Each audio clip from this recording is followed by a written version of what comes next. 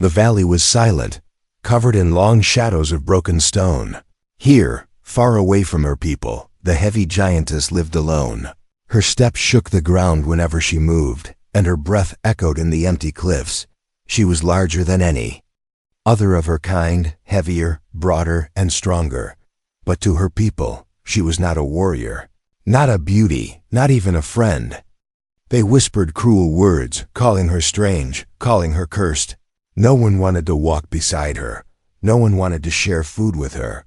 So she stayed here, in the ruins, where no eyes could see her pain. Every morning, the giantess would wake to the rising light and look across the valley. She would see no faces, hear no voices, only the wind. Her hands were strong enough to break stone, but her heart was soft, always aching. She wished someone would see her as more than her heavy body. She wished someone would talk to her, smile at her, hold her. But wishes meant nothing on her world, where the weak were left behind and the different were cast out. At night, she would sit on the highest rock and look at the stars. The sky was wide, endless, full of shining points of light.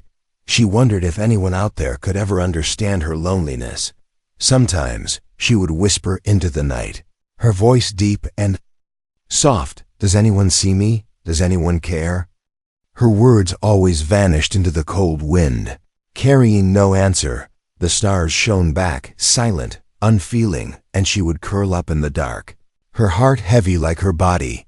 One evening, as the sky burned red with sunset, a new sound broke the silence. It was not the wind, not the cry of night creatures. It was a roar of fire, a scream of metal tearing through the air. The giantess looked up, her golden eyes wide. Something bright was falling from the sky, leaving a trail of flame. The object crashed into the far edge of the valley. Shaking the ground, dust rose like a storm, and the sound echoed like thunder. The giantess stood frozen, her breath caught. For the first time in years, something had entered her world. Slowly, she began to walk toward the smoke, her great feet left deep prints in the soil. The air was hot and filled with burning smells. She moved carefully, though her heart pounded in her chest. At the edge of the valley, in a crater of broken earth, she saw it, a small silver ship, broken, torn apart, its fire dying. The giantess had never seen such a thing, but she had heard stories of humans, the tiny creatures who came from far stars. Her people laughed at humans, saying they were weak, saying they were useless. But she did not laugh now, she only stared. Then she saw him. A human crawled out of the wreck, his body shaking. Blood on his forehead. He was small, no, taller than her finger. He stumbled forward, looking up at her with wide eyes. For a moment, she expected the usual thing: fear, screaming, hatred. That was what everyone gave her. But the human only stared, too weak to run, too tired to speak. And then he fell, collapsing in the dirt. The giantess took one slow step closer, her shadow falling over him. She could crush him with the slightest move. She could walk away and leave him, like others had done to her. But something inside her stopped her. Something whispered, "Do not leave him. Not like they left you." The giantess knelt, her huge hands trembling. Carefully, she lifted the human from the dirt. He was so light, so fragile, like holding a bird. She brought him close, her golden eyes studying his small face. He breathed faintly, still alive, but weak. The giantess felt a strange warmth in her chest. No one had ever needed her. No one had ever trusted her. But this tiny being, unconscious in her hands, now depended on her. She looked at the broken ship, the rising smoke, and then at the human. And she made a choice. She would not let him die. She would not let him be alone. Because she knew too well what that pain felt like. Carrying him gently, the giantess turned and walked back to her cave. The valley was still silent, but inside her, something had changed, for the first time in her long, lonely life. She was not completely alone, and though she did not yet understand it, this small human would change everything. He had fallen from the stars, into her world, into her hands, and perhaps into her heart. ** The cave was dark and cool. the sound of dripping water echoing softly against the stone walls. The giantess placed the human carefully on a bed of dried grass and cloth she had collected long ago. Her hands trembled, afraid she might break him with even the smallest touch. She had never held something so fragile, so small, and yet so important. For hours, she watched him breathe, afraid that if she looked away, he might vanish like a dream when he finally stirred. The giantess leaned closer, her golden eyes wide. With worry, the human groaned, placing a weak hand against his head, his voice soft. "Where am one?" he whispered, his words faint but clear. The giantess did not answer at once, her throat tight. She had not spoken to anyone in years. Not since her exile. When she finally spoke, her voice was deep but gentle. "You are safe," she said slowly, afraid her words might frighten him. The human turned his head and looked up, and for the first time, he truly saw her. Her massive form filled the cave, her skin marked with scars of old battles, her face both fierce and lonely. He gasped, not from fear, but from shock. "You saved me," he said, his lips trembling between pain and relief. The giantess lowered her gaze, ashamed. "Yes," she answered quietly. "I could not leave you there." She expected him to scream, to curse her, to call her ugly or heavy as her own people had done. But he did not. Instead, he tried to sit up, though his body was weak. His eyes, though small compared to hers, were full of something she had never seen before. Gratitude. The giantess reached out her hand quickly, steadying him so he would not fall. Her palm was larger than his whole body, but he leaned into it without hesitation. For the first time in her life, she was not seen as a monster, she was seen as a protector. Days passed slowly in the cave. The human's wounds healed little by little, and each day he grew stronger. He told her his name, Ethan, a traveler from the stars. His ship had been hit by raiders, and he had crashed here by chance.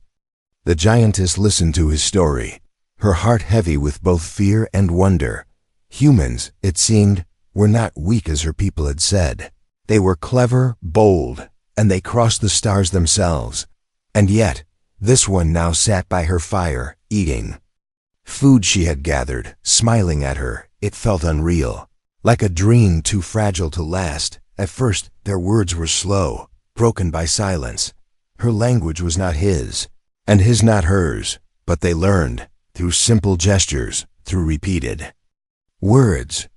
They built a bridge between them. The giantess pointed to herself. "Isla," she said, giving him her name at last. He smiled and said it back, his voice warm. From that moment, the cave no longer felt like a prison. It felt like home. One night, a storm swept across the valley, lightning tearing through the sky. The human shivered at the thunder, the sound too loud for his small body. The giantess reached out, placing her great hand above him like a shield. "Do not fear," she whispered. "I will keep you safe." Ethan looked up at her, his face lit by the flickering fire. He did not see her weight, her size, her scars. He saw the strength in her heart and the kindness in her soul. But the valley did not stay quiet for long. Far away, others had seen the smoke of the crash. Hunters, scavengers, and raiders who hated humans and despised weakness. They would soon come searching, not for rescue, but for blood. The giantess felt it, the way the wind carried whispers of danger. She knew her people would mock her again if they saw her protecting this tiny creature. They would call her foolish, cursed, unloved. But when she looked at Ethan, sitting by her fire, trying to repair a small device from his ship, she felt something new. For the first time in her life, she felt needed. For the first time in her life, she wanted to fight not for herself, but for someone else. As the storm raged outside, the giantess made a silent vow. If the raiders came, she would not run. If her people mocked her, she would not hide. She would stand tall, heavy, and strong, and protect the human who had given her something she thought she would never have: hope. The cave flickered with firelight, shadows dancing on the walls. The human looked up at her and smiled, tired but grateful. and the giantess, for the first time, allowed herself to smile back. It was a small thing, but to her, it felt like the first crack of light breaking through a long, endless night. Days turned into weeks, and the valley that had once been silent began to change. Ethan grew stronger each day, and though his wounds still ached, he no longer needed to lie down all the time. He walked slowly around the cave, exploring with careful steps, while Isla, the giantess, always watched from nearby. She feared that one wrong move could harm him, yet she could not look away. He was the first living being to stay near her without disgust, without fear, and it made every moment feel new. Their conversations grew clearer. At first, they spoke with broken words and gestures. But Ethan was clever. He listened, repeated, and slowly learned her language while she picked pieces of his. Together, they built a bridge of words, each one like a small stone laid across a river. Every night by the fire, they would point at things, laugh at mistakes, and try again. And with each word, with each laugh, the cave grew warmer. It was no longer only stone and shadow. It became a place of life. Ethan was fascinated by Isla's strength. He watched her lift fallen trees as if they were branches, watched her carry boulders that would crush whole houses. But what struck him most was not her size, but her gentleness. She never used her power carelessly, always careful with him, always moving slow when he was near. One evening, as she set down a huge stone to block the cave entrance from the storm winds, Ethan smiled. "You are stronger than anyone I have ever seen," he said. Isla lowered her gaze, her heart tightening. "My people say I am too heavy." "Too much," she whispered. But Ethan only shook his head, his eyes steady. "Then your people are blind," he replied. "Strength like yours is a gift." The words sank deep into Isla's heart. No one had ever called her strength a gift. Her whole life, it had been a curse, a reason to be pushed aside. Yet here was a small human, fragile and wounded, looking at her as if she was something rare, something valuable. She turned her head quickly, hiding the wet shine in her golden eyes.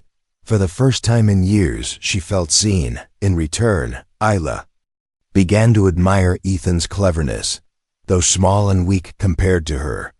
He built traps from broken metal, crafted fire tools, and even fixed a small communicator from his wreck. It did not reach the stars anymore, but it lit up with sparks and faint sounds. She watched in awe as his thin fingers worked so fast. "So sure, you are not weak," she said one night, her voice firm. Ethan laughed softly. "Not compared to you," he answered, but she shook her head. "You are strong in another way." She told him, not with weight, but with mind. Together, they made the valley safer. Isla hunted the great beasts that prowled the cliffs, while Ethan showed her how to preserve meat with fire and salt. He marked signs in the dirt, teaching her numbers from his world. She taught him the names of stars in her sky, the ones she had watched alone for so long. Each lesson, each shared story, tied them closer, thread by thread. Like weaving a rope of fate. One morning, Ethan asked her why she lived here, alone, far from her people. Her chest grew heavy, but she told him the truth.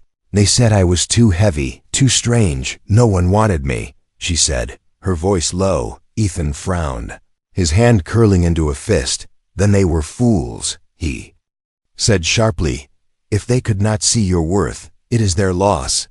Isla stared at him, unable to speak. Those words, so simple, struck harder than any stone. All her life she had believed their cruelty, and yet this human broke it with a single sentence. But peace in the valley could not last forever. One evening, as the sun set red over the cliffs, Isla heard sounds in the distance, drums, shouts, and the echo of weapons. Her sharp ears caught the whispers of danger, and her heart froze. Ethan noticed her stillness. "What is it?" he asked. She turned her head toward the horizon, her golden eyes darkening. "Others are coming," she said. "They will not welcome you." The firelight flickered against the cave walls, shadows stretching long and thin. Ethan stood though. His legs were still weak, determination burning in his eyes.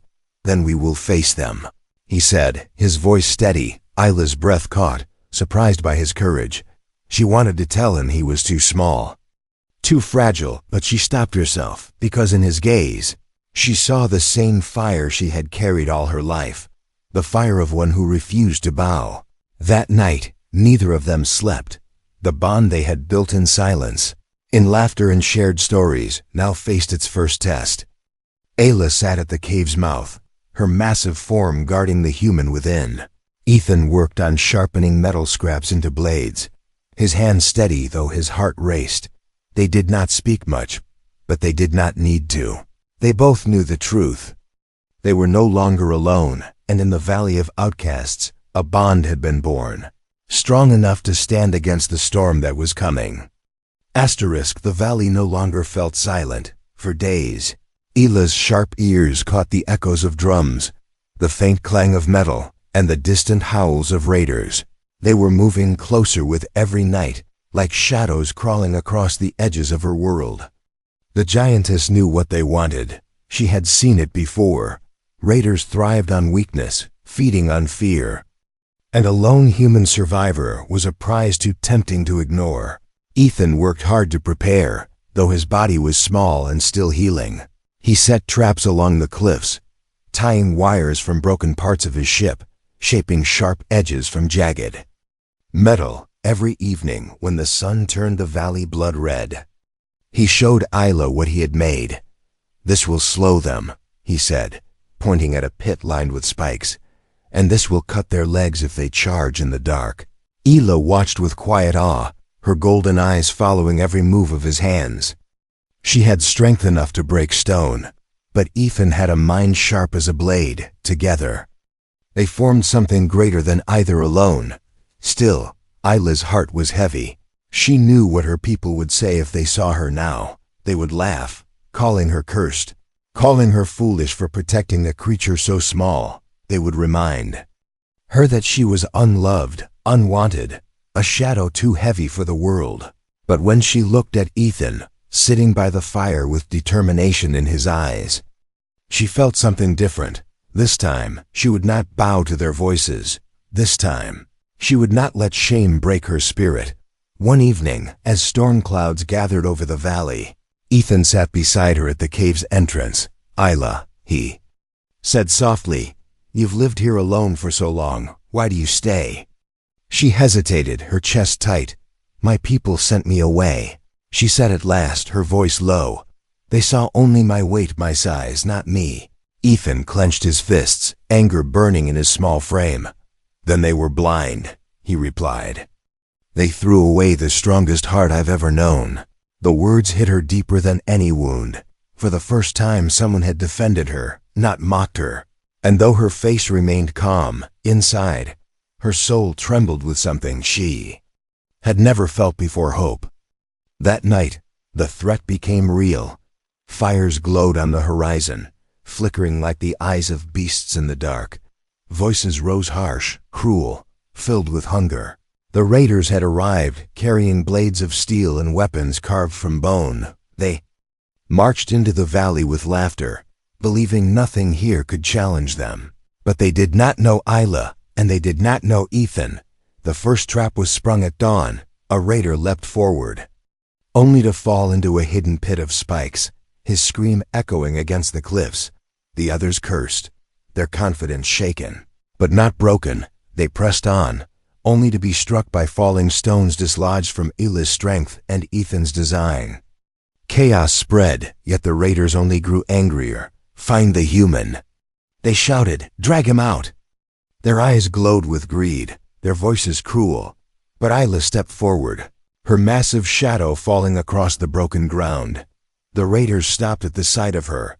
Some laughed, pointing, mocking her size. "The heavy one," they jeered. "The cursed one." But Ayla did not flinch. She stood tall, her chest rising like a mountain, her golden eyes burning with fire. "You will not touch him," she said, her deep voice shaking the air. The raiders sneered, raising their weapons. "You protect the weak?" They spat. "You are weaker than all of us." But Ayla only tightened her fists. For the first time, she did not believe their words. For the first time, she had someone worth protecting. Behind her, Ethan stood with a sharp piece of metal, his small figure glowing in the firelight. He knew he could not fight as she did, but he would not abandon her. Together, they faced the mob, one small human and one heavy outcast giantess. The raiders laughed, believing the battle already won.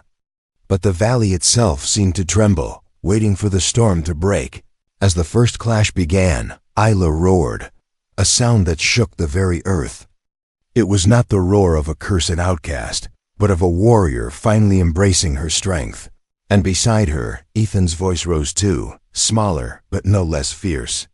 In that moment, the Valley of Ruins became a battlefield. The lonely giantess was lonely no longer. She had a bond to fight for, and she would not let it be taken. The valley shook as the raiders charged, their weapons flashing in the firelight, their voices rising in cruel laughter. They thought the fight was theirs already, that the giantess was only a cursed shadow, too heavy and too broken to stand against them. But Isla planted her massive feet into the soil, her body towering like a wall of stone. She raised her fists, her golden eyes burning, and for the first time in her life, she felt no shame in her size. Her weight was no curse here, it was her strength. The first raider rushed forward, swinging a jagged blade. Isla's hand shot out, faster than his eyes could follow. She grabbed him by the chest and hurled him into the cliffs, his scream ending in silence. The others stumbled, shocked at the power before them. And in that heartbeat of hesitation, Ethan struck. From the shadows of the rocks, he pulled a wire he had set. Two raiders fell into a spiked pit, their cries filling the valley with fear. The battle exploded. Raiders roared, leaping from every side, blades sharp and eyes wild. Isla swung her arms like thunder, smashing them aside, her fists cracking the earth with every strike. One tried to climb onto her back, stabbing with a knife. She grabbed him with one hand and crushed his weapon, tossing him into the dust. Blood sprayed, screams echoed, yet Isla did not falter. For the first time, she was not fighting to survive her shame. She was fighting for someone who mattered. Ethan moved like a shadow behind her strength. He was not fast enough to face raiders in open combat, but his trap spoke for him. A rope snare tightened around one raider's leg, pulling him down into sharp stones. Another ran into a barricade of spikes Ethan had built from broken ship pieces. With every scream, with every fall, Ethan's heart beat harder. He was terrified, but he would not back down. Not when Isla stood so tall, not when she trusted him. The raiders regrouped, circling, snarling, their laughter gone. One pointed his blade at Isla and spat. "You defend the weak because you are weak." But Isla roared, her voice shaking the cliffs. "I am not weak, and he is not weak," she thundered. Her words silenced even the wind. Then she charged, her steps shaking the earth, her massive body crashing into the raiders like a storm. They struck at her legs, her arms, her back. Blades cut into her skin, blood running down her scars. But Isla did not stop, each wound only fueling her fire. Ethan shouted warnings, guiding her, throwing stones, and striking where he could. Together, they became a storm, her strength and his cunning. One heavy as the earth, the other sharp as the stars. The fight dragged on, screams and roars mixing with the crack of breaking bones. At last, the raiders began to falter. One by one they fell, some broken, some fleeing into the night, their courage shattered. The ground was littered with weapons, with broken bodies, with the dust of their defeat. And in the center of it all stood Isla, her chest heaving, her fists bloodied, her body trembling but unbroken. Beside her stood Ethan, smaller than the smallest stone, yet unyielding, his eyes shining with fire. When the last raider fled into the darkness, silence fell over the valley. The wind carried only the scent of blood and smoke. Ethan sank to his knees, exhausted, his hands trembling. Isla bent low, her massive hand reaching out to shield him from the cold. "You fought well," she said softly, her voice filled with pride. Ethan looked up at her, his lips curling into a tired smile. "We fought well," he answered. "Together." The giantess froze at his words. Together. No one had ever said such a thing to her. All her life, she had been alone, too heavy for love, too strange for friendship. But now, standing in the valley of broken enemies, she realized something had changed. She was no longer the cursed one, no longer the outcast with nothing. She had fought not as a monster, but as a protector, a partner, a warrior. And beside her, the human had proven himself the same. The night sky stretched above them, the stars bright against the dark. Isla lifted her gaze, and for the first time, she did not feel small beneath them. She felt strong, not because of her weight, but because of what she carried inside. And as she looked down at Ethan, still standing at her side, despite his wounds, she felt something even greater. The battle was over, but their story was only beginning. The valley was quiet after the battle, though the silence felt heavy. The ground still carried the marks of the fight. Broken weapons, footprints, and the stains of blood. Isla sat at the mouth of the cave, her body aching, her arms cut and bruised, her golden eyes staring at the horizon. Ethan sat nearby, wrapping cloth around his hands, his small figure hunched, yet his spirit unbroken. The fire between them crackled softly, its light painting long shadows on the cave walls. For a while, neither spoke, the weight of what they had survived pressing down on them. Ethan was the first to break the silence, his voice low. "I thought I would die," he said, his eyes fixed on the flames. "But you were there, every step, every moment." Isla turned her head slightly, her heart tightening at his words. "I cannot let them take you," she replied, her voice quiet, almost a whisper. "I would rather fall than see you lost." Ethan looked at her, his gaze steady, though his body trembled from exhaustion. "You risked everything for me," he said. "Why?" The question hung in the air, sharp and fragile. Isla lowered her gaze, her chest heavy with a truth she had never spoken before. "All my life," she began slowly, "I was told I was too heavy, too strange, too unwanted." Her hands clenched against her knees, her scars catching the firelight. "No one ever saw me as more than a curse," she continued. "But you looked at me differently." Ethan's eyes softened, and he leaned forward, his voice gentle. "Isla, when I look at you, I don't see a curse," he said. "I see strength. I see courage. I see someone who carried me when I could not even walk." Her breath caught, her chest rising sharply. She turned away, hiding her face in the shadows. "No one has ever spoken to me like that," she whispered, her voice breaking. Her body trembled, not from fear, but from the weight of emotion she had never allowed herself to feel. Ethan stood, though his legs were unsteady, and he stepped closer to her. He placed his small hand against her massive arm, the contrast striking. "Isla," he said firmly, "you are not too much. You are not unloved, not anymore." The giantess froze at his words, her golden eyes shining with tears she could not hold back.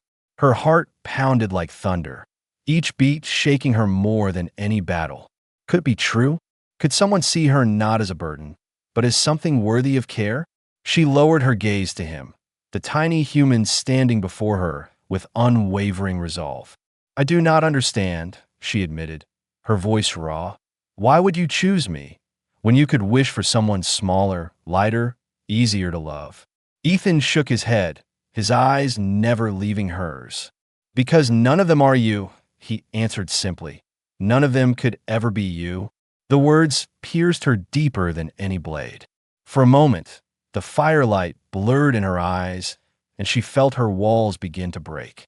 Slowly, carefully, she reached out her hand, as if afraid he would pull away. But Ethan stepped into it, his small figure standing inside her massive palm. He looked up at her, his voice soft but steady. "Isla, I don't care what your people said. I don't care about your size. I care about the heart that saved me, the heart that stood beside me, the heart that I trust. Her breath shook, and at last she allowed herself to believe. She lifted him close, her golden eyes meeting his, her voice breaking as she whispered, "Then, I'm not alone anymore." Ethan smiled, his hand resting against her cheek. "Never again," he promised. For the first time in her long, lonely life, Isla felt the weight in her chest lift. Her scars, her sighs, her exile, none of it mattered in that moment. What mattered was the warmth of his words, the truth in his eyes, the bond that had grown stronger than the voices of her past. She had spent years hiding in shadows, believing love was something she could never have. But now, sitting in the firelight with a human in her hand, she knew the truth. She was not cursed. She was not unloved. She was chosen. The valley outside lay quiet, but within the cave, a new fire had been lit. Not the fire of battle, not the fire of survival, but the fire of something deeper. And though neither of them spoke the word aloud, both knew it in their hearts. Love had found them in the ruins against all odds, and it would carry them into whatever storm awaited next. The dawn came quietly over the valley, its light touching the cliffs with soft gold. Smoke from the battle still clung to the ground, but the air carried a new calm. Isla stood at the mouth of the cave, her body still scarred from the fight, her strength heavy in her limbs. But in her heart, something had changed, a weight lifted, replaced by warmth. She was no longer only the giantess who had been cast away. She was more, and it was because of the small human who had chosen to stand beside her. Ethan stepped out of the cave, his figure small against the rising sun. He looked worn, his clothes torn and his hands cut, but his eyes shone with quiet pride. When he walked to Isla, he did not walk with fear, nor with hesitation. He walked as if he belonged at her side, and she felt her chest stir with something she had never dared to hope for. A sense of belonging, a sense of home. For a moment, they simply stood together, gazing at the valley. The land that had once been her prison now felt different. The silence was no longer loneliness, but peace. The shadows no longer mocked her, but seemed to protect the bond they had forged. At last, Ethan broke the silence, his voice gentle. "You are not cursed, Isla," he said. "You are not unloved, and I will prove it every day I breathe." Her golden eyes turned to him, shining like liquid fire. She bent lower, her breath trembling, her voice unsteady. "I never thought I could be loved," she whispered, her words fragile. "Not by anyone, not by someone like you." Ethan reached out his small hand, placing it against her scarred skin without fear. "You already are," he said, his voice steady, "and nothing will take that away." The words broke through the last walls around her heart. She lifted him gently, holding him close against her chest. Her arms, once seen as too heavy, too much, now cradled him as if he was made of light. She felt his heartbeat against her, steady, real, alive.